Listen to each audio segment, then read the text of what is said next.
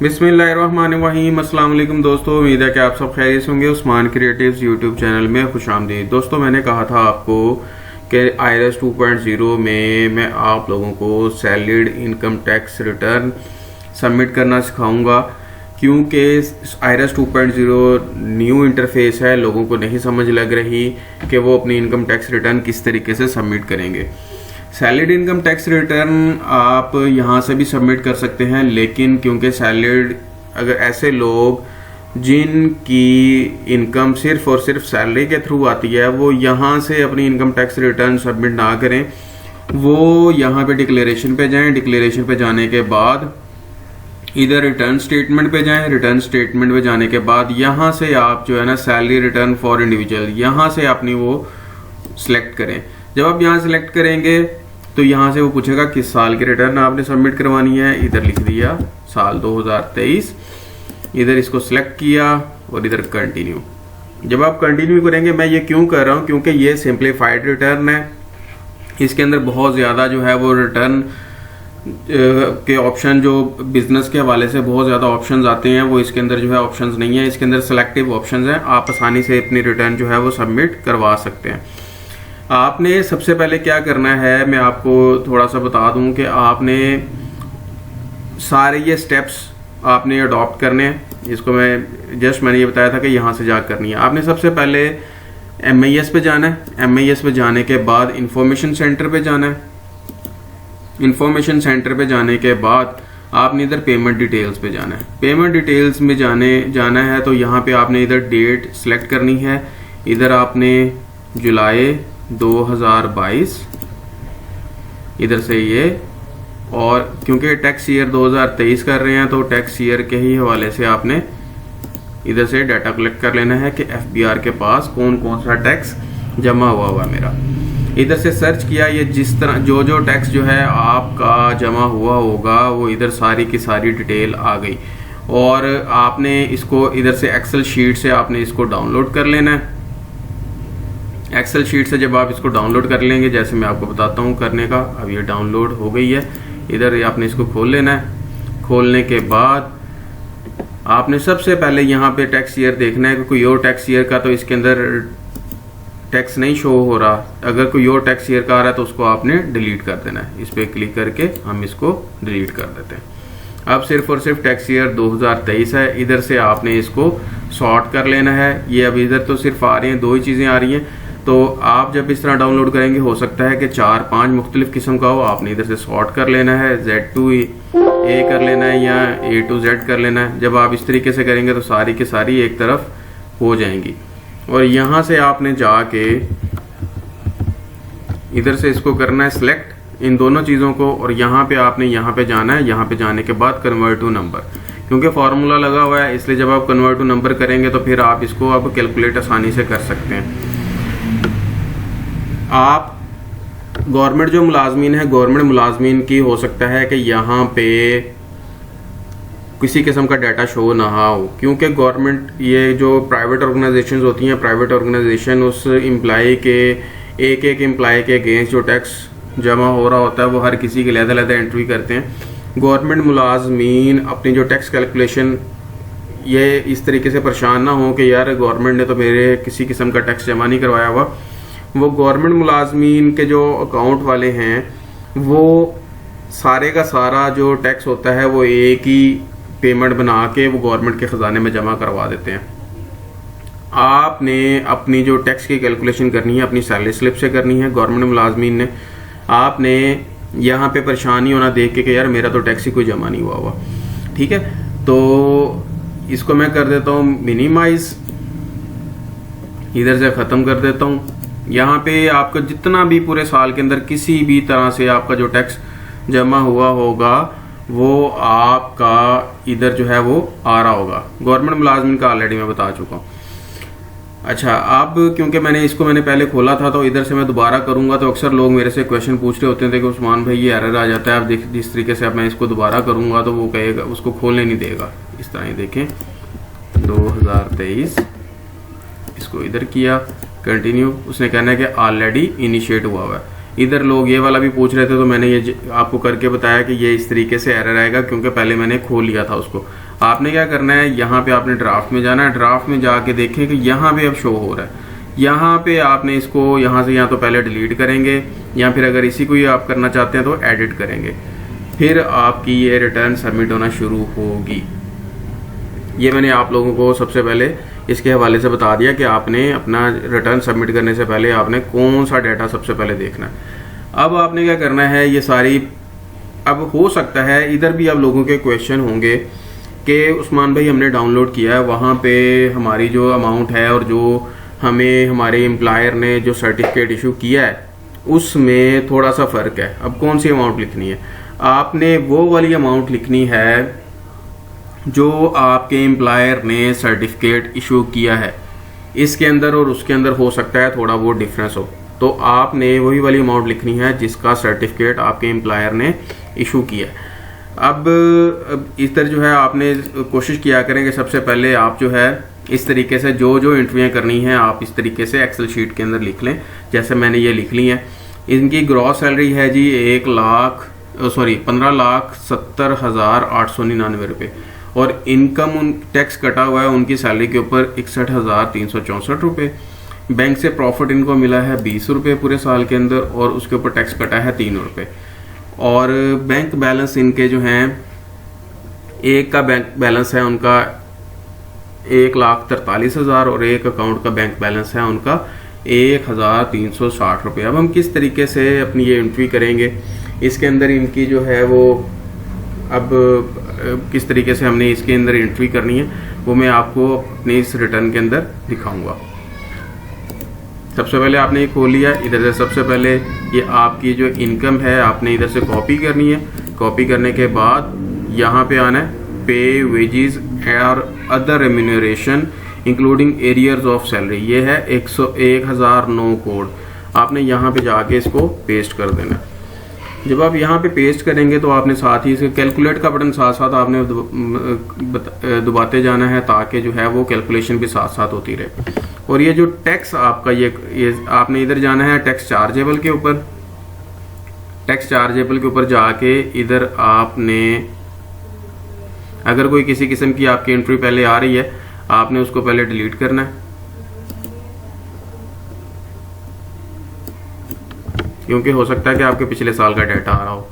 आपने इधर कैलकुलेट कर देना है, और साथ ही आपने ये जो जितनी भी आपकी एंट्रियां हैं ये इसके दो इफेक्ट होते हैं, एक आपकी इनकम के ऊपर इफेक्ट होता है, दूसरे नंबर पे आपकी वेल्थ के ऊपर इफेक्ट होता है। आपने जाके इधर सबसे नीचे ये वेल्थ के अंदर ये वेल्थ स्टेटमेंट 116 यहाँ पे भी जाके आपने इनफ्लोज के अंदर ये नॉर्मल रिटर्न्स के अंदर आपने इधर लिख देना है। अभी एक कैलकुलेट का बटन इधर भी कर दिया आपने साथ ही प्रेस। अब आपने क्या करना है, अब आपका ये जो टैक्स खत्म ये उन्होंने काटा हुआ है, आपने ये टैक्स इधर से कॉपी करना है जो आपने कैलकुलेट किया हुआ है, और इधर जाके दोबारा आपने ये डिक्लेरेशन 114 में चले जाना है। ये डिक्लेरेशन मैं आपको थोड़ा सा बता दूं, ये डिक्लेरेशन 114 इसको कहा जाता है, और ये जो वेल्थ स्टेटमेंट है इसको डिक्लेरेशन 116 कहा जाता है। आपने इधर टैक्स चार्जेबल में जाना है और इधर एडजस्टेबल टैक्स के अंदर जाना है। एडजस्टेबल टैक्स में जाने के बाद ये जो टैक्स गलत लिखा आ रहा है, हो सकता है ये पिछले साल का हो, इधर आपने जो इस साल कटा है वो आपने लिख लेना है, और साथ ही कैलकुलेट।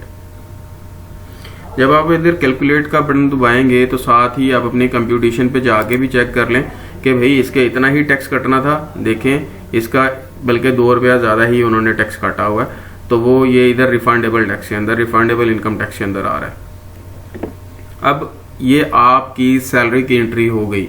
साथ ही आपने अब बैंक के प्रॉफिट की एंट्री करनी है। बैंक का profit final and fix taxation के अंदर आना है। आपने इधर से कॉपी कर लिया और यहाँ पे जाना है आपने फाइनल फिक्स्ड मिनिमम टैक्स। अब ये डिक्लेरेशन 114 के अंदर हम ये एंट्री कर रहे हैं। ये 7B आपने इधर सर्च कर लीजिएगा, 7B करके सर्च करेंगे। साथ ही इधर आ गया profit on date under section 7B amount not exceeding 5 million.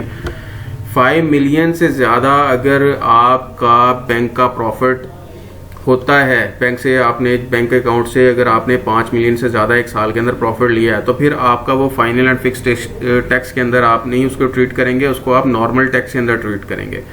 इसके अंदर क्योंकि इनको सिर्फ और सिर्फ 20 रुपये प्रॉफिट हुआ है, तो फिर इधर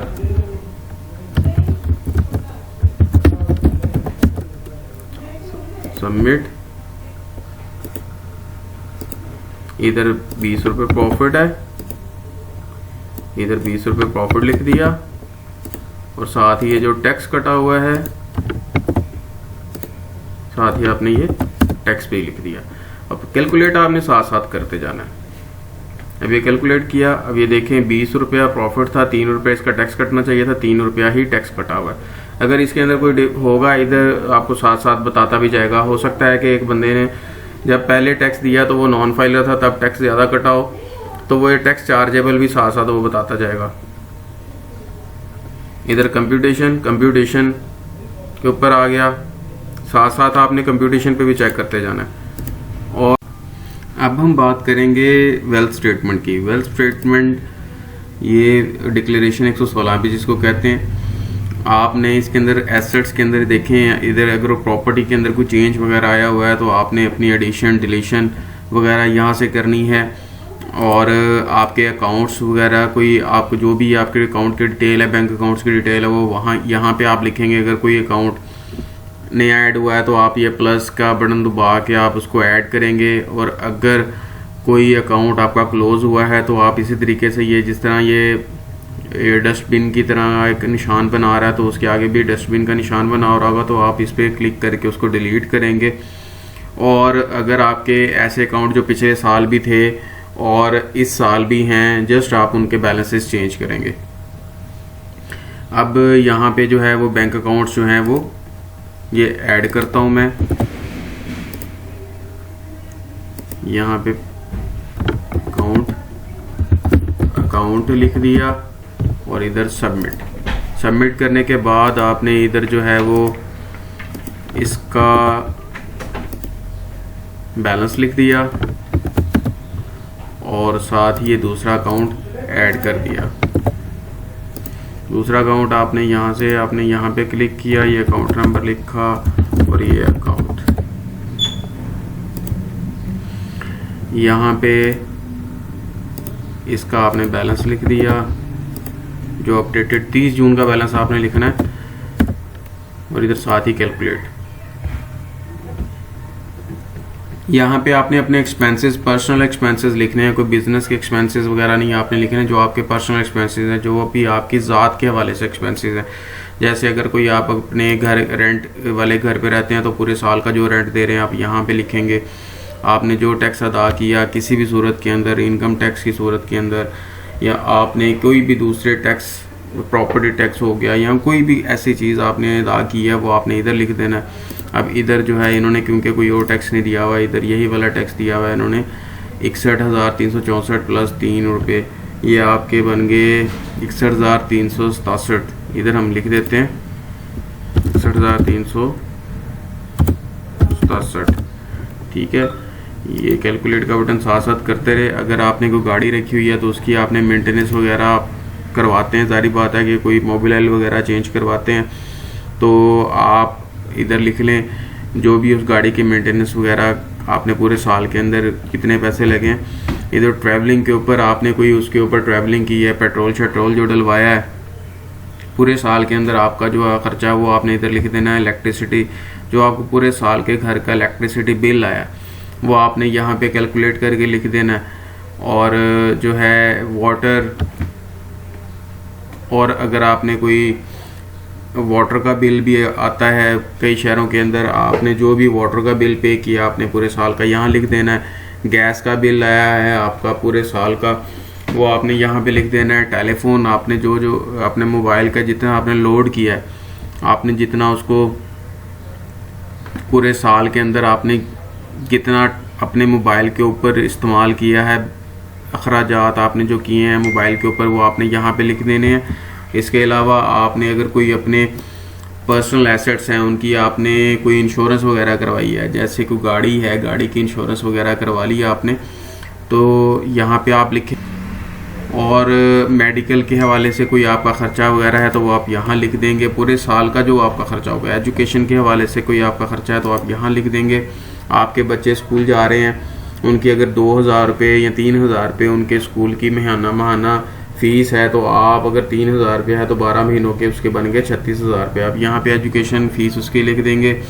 अगर आपने किसी क्लब की मेंबरशिप ली हुई है, जैसे लाहौर में जिम खाना क्लब है या फिर कोई गोल्फ क्लब की किसी ने मेंबरशिप ली होती है, तो जो भी आपने अगर इस तरह के क्लब की कोई मेंबरशिप ली हुई है तो आप यहाँ पे लिख देंगे। और फंक्शंस और गैदरिंग के हवाले से कोई आपने अगर कोई एक्सपेंस वगैरह किए हैं, कोई शादी वगैरह की हुई है तो वो आप यहाँ पे लिख देंगे। और डोनेशन, ज़कात, annuity, profit on debt, life insurance, premium, ये अब इसके हवाले से अगर आपने कोई इंट्रीज किए हैं पूरे साल की आप यहाँ पे लिख देंगे। इसके हवाले से मैं लहदा आपको बता देता हूँ। आपने यहाँ पर डोनेशन, ज़कात, annuity, profit on debt, life insurance पे जो आपने एक्सपेंस किए हैं पूरे साल के अंदर वो आपने यहाँ लिख देने हैं। और other personal house hold expenses, जैसे आपकी ग्रॉसरी के एक्सपेंसेस हैं आपके मंथली बेसिस के ऊपर, और इसके अलावा ऐसे एक्सपेंसेस हैं जो यहाँ पे उनका जो है वो नहीं जिक्र किया गया, आप उन एक्सपेंसेस को कैलकुलेट करके आप यहाँ पे लिख देंगे। ठीक है, जैसे मैं आप एक एग्जांपल लिख देता हूँ। ये सारे ट्रैवलिंग है, ट्रैवलिंग के ऊपर 10,000 रुपये एक्सपेंस हुए हैं। इलेक्ट्रिसिटी में इनके जो हैं वो 35,000 एक्सपेंस हुए हैं। गैस के ऊपर 6,000 एक्सपेंस। जो आपके टेलीफोन के एक्सपेंसेस हैं जो आपने पूरे साल के अंदर लोड किया है आप यहाँ पे लिखेंगे। कोई मेडिकल के हवाले से आपने जो मेडिसिन वगैरह में आपने अपना जो है वो अपने एक्सपेंस किए हैं, कोई डॉक्टर्स को आपने ओपीडी की आपने दिखाया, उसके कोई एक्सपेंस वगैरह हैं वो आपने यहाँ पे लिख देने हैं।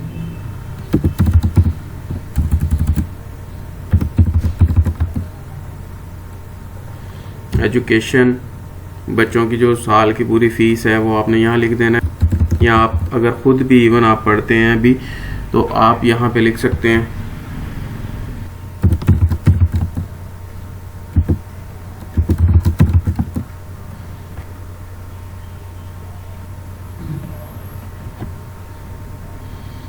अब आपने रिकन्सिलेशन पे आ जाना है। रिकन्सिलेशन पे देखें, अनरिकनसाइल्ड अमाउंट इधर जो है वो आ रही है 170। इसका तरीका आपको थोड़ा सा मैं बता दूं।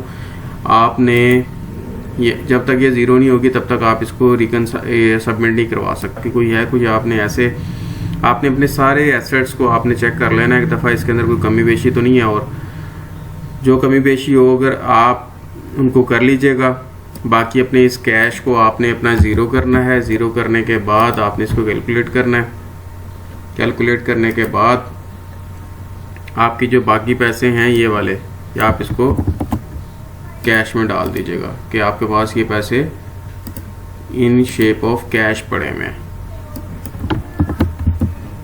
अब आप इसको अगर कैलकुलेट करके और वहाँ पे जाके चेक करेंगे तो ये देखें ये अब अनरिकनसाइल्ड अमाउंट ज़ीरो आ रही है। इनकम टैक्स रिटर्न जो आपने सबमिट करनी है, अब आपने यहाँ पे जाके जब सबसे पहले आपने सेव का बटन प्रेस करना है। सेव का बटन प्रेस करने के बाद आपने यहाँ पे सबमिट का बटन प्रेस करना है। जब सबमिट करेंगे तो ये कहेगा कि ये 4 डिजिट लिखें। पिन दे के साथ ही सबमिट पे क्लिक किया तो ये साथ ही सबमिट होगी। उम्मीद है कि आप लोगों को मेरी ये वीडियो पसंद आई होगी, इन्फॉर्मेटिव लगी होगी। अगर आप लोगों को मेरी ये वीडियो पसंद आई तो मेरी इस वीडियो को लाइक कीजिएगा, अपने दोस्तों के साथ शेयर कीजिएगा। अपना और अपनी फैमिली वालों का बहुत ज़्यादा ख्याल रखें। पाकिस्तान जिंदाबाद। अल्लाह हाफिज़।